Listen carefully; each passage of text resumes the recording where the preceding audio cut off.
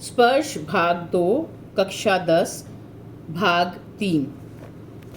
फिर सालाना इम्तिहान हुआ और कुछ ऐसा संयोग हुआ कि मैं फिर पास हुआ और भाई साहब फिर फेल हो गए।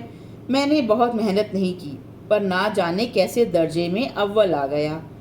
मुझे खुद अचरज हुआ। भाई साहब ने प्राणांतक परिश्रम किया।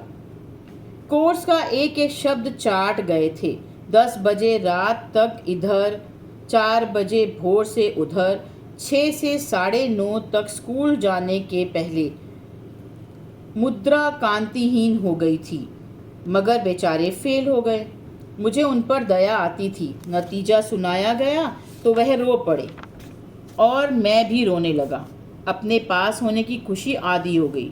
मैं भी फेल हो गया होता तो भाई साहब को इतना दुख ना होता, लेकिन विधि की बात कौन टाले। मेरे और भाई साहब के बीच में अब केवल 1 दर्जे का अंतर और रह गया। मेरे मन में एक कुटिल भावना उदय हुई कि कहीं भाई साहब 1 साल और फेल हो जाएं तो मैं उनके बराबर हो जाऊं। फिर वह किस आधार पर मेरी फजीहत कर सकेंगे। लेकिन मैंने इस विचार को दिल से बलपूर्वक निकाल डाला। आखिर वह मुझे मेरे हित के विचार से ही तो डांटते हैं।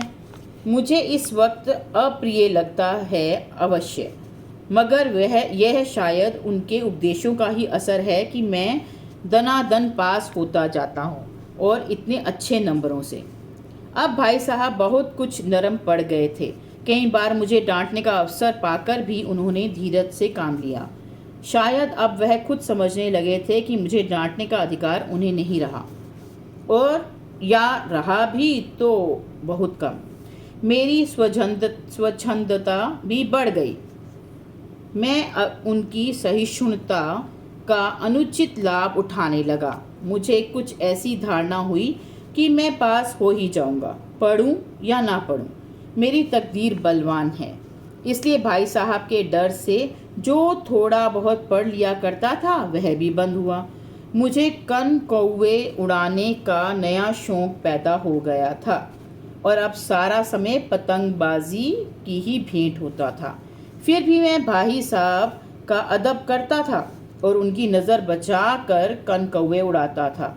मांझा देना, कन्ने बांधना, पतंग टूर्नामेंट की तैयारियां आदि समस्याएं सब गुप्त रूप से हल की जाती थी। मैं भाई साहब को यह संदेह ना करने देना चाहता था कि उनका सम्मान और लिहाज मेरी नज़रों में कम हो गया है। एक दिन संध्या समय हॉस्टल से दूर मैं एक कन कौवा लूटने बेतहाशा दौड़ा जा रहा था। आंखें आसमान की ओर थी और मन उस आकाशगामी पथिक की ओर जो मंद गति से झूमता पतन की ओर चला आ रहा था। मानो कोई आत्मा स्वर्ग से निकलकर विरक्त मन से नए संस्कार ग्रहण करने जा रही हो। बालकों की पूरी सेना लगे और झाड़दार बांस लिए इनका स्वागत करने को दौड़ी आ रही थी। किसी को अपने आगे पीछे की खबर ना थी। सभी मानो उस पतंग के साथ ही आकाश में उड़ रहे थे जहाँ सब कुछ समतल है। ना मोटर कारें हैं, ना ट्राम, ना गाड़ियाँ। सहसा भाई साहब से मेरी मुठभेड़ हो गई, जो शायद बाजार से लौट रहे थे। उन्होंने वहीं हाथ पकड़ लिया और उग्र भाव से बोले, इन बाजारी लौंडों के साथ धेले के कन कौवे के लिए दौड़ते तुम्हें शर्म नहीं आती? तुम्हें इसका भी कुछ लिहाज नहीं कि अब नीची जमात में नहीं हो बल्कि 8वीं जमात में आ गए हो और मुझसे केवल 1 दर्जा नीचे हो। आखिर आदमी को कुछ तो अपनी पोजीशन का ख्याल रखना चाहिए। एक ज़माना था कि लोग 8वां दर्जा पास करके नायब तहसीलदार हो जाते थे। मैं कितने ही मिडिल लिचियों को जानता हूँ जो आज अव्वल दर्जे के डिप्टी मजिस्ट्रेट या सुपरिटेंडेंट हैं। कितने ही 8वीं जमात वाले हमारे लीडर और समाचार पत्रों के संपादक हैं। बड़े बड़े विद्वान उनकी मातहती में काम करते हैं। और तुम उसी 8वें दर्जे में आकर बाजारी लौंडों के साथ कौवे के लिए दौड़ रहे हो। मुझे तुम्हारी इस कम अक्ली पर दुख होता है। तुम ज़हीन हो, इसमें शक नहीं, लेकिन वह ज़ेहन किस काम का जो हमारे आत्मगौरव की हत्या कर डाले। तुम अपने दिल में समझते होगे मैं भाई साहब से महज एक दर्जा नीचे हूँ और अब उन्हें मुझको कुछ कहने का हक नहीं है, लेकिन यह तुम्हारी गलती है। मैं तुमसे 5 साल बड़ा हूँ और चाहे आज तुम मेरी ही जमात में आ जाओ और परीक्षकों का यही हाल है तो निस्संदेह अगले साल तुम मेरे समकक्ष हो जाओगे और शायद 1 साल बाद मुझसे आगे भी निकल जाओ। लेकिन मुझ में और तुम में जो 5 साल का अंतर है उसे तुम क्या खुदा भी नहीं मिटा सकता। मैं तुमसे 5 साल बड़ा हूँ और हमेशा रहूँगा। मुझे दुनिया का और ज़िंदगी का जो तजुर्बा है तुम उसकी बराबरी नहीं कर सकते, चाहे तुम MA और D.Phil और D.Lit ही क्यों ना हो जाओ। समझ किताबें पढ़ने से नहीं आती, दुनिया देखने से आती है। हमारी अम्मा ने कोई दर्जा नहीं पास किया और दादा भी शायद 5वीं 6ठी जमात के आगे नहीं गए, लेकिन हम दोनों चाहे सारी दुनिया की विद्या पढ़ लें, अम्मा और दादा को हमें समझाने और सुधारने का अधिकार हमेशा रहेगा। केवल इसलिए नहीं कि वे हमारे जन्मदाता हैं, बल्कि इसलिए कि उन्हें दुनिया का हमसे ज़्यादा तजुर्बा है और रहेगा। अमेरिका में किस तरह की राज व्यवस्था है और 8वें हेनरी ने कितने ब्याह किए और आकाश में कितने नक्षत्र हैं, यह बातें चाहे उन्हें ना मालूम हो, लेकिन हज़ारों ऐसी बातें हैं जिनका ज्ञान उन्हें हमसे और तुमसे ज़्यादा है। दैव ना करे आज मैं बीमार हो जाऊं तो तुम्हारे हाथ पांव फूल जाएंगे।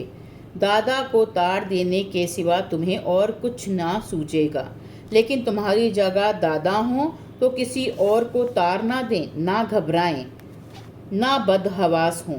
पहले खुद मर्ज़ पहचान कर इलाज करेंगे, उसमें सफल ना हुए तो किसी डॉक्टर को बुलाएंगे।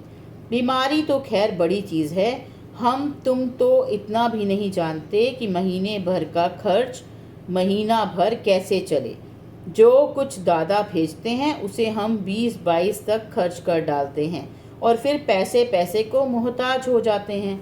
नाश्ता बंद हो जाता है, धोबी और नाई से मुंह चुराने लगते हैं, लेकिन जितना आज हम और तुम खर्च कर रहे हैं उसके आधे में दादा ने अपनी उम्र का बड़ा भाग इज्जत और नेक नामी के साथ निभाया है और कुटुंब का पालन किया है, जिसमें हम सब मिलकर 9 आदमी थे।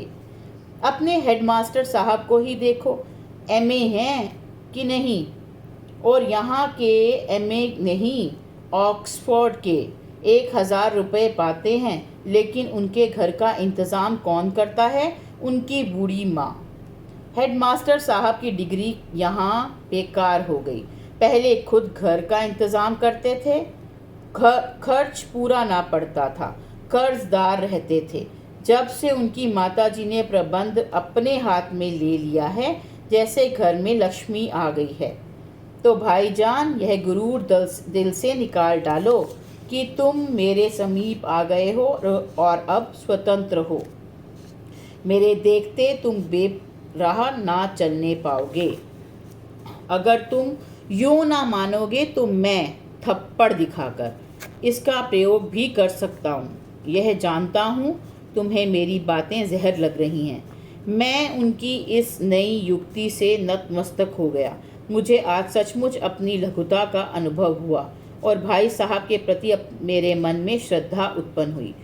मैंने सजल आँखों से कहा, हरगिज़ नहीं, आप जो कुछ फरमा रहे हैं वह बिल्कुल सच है और मैं आपको उसके कहने का अधिकार है।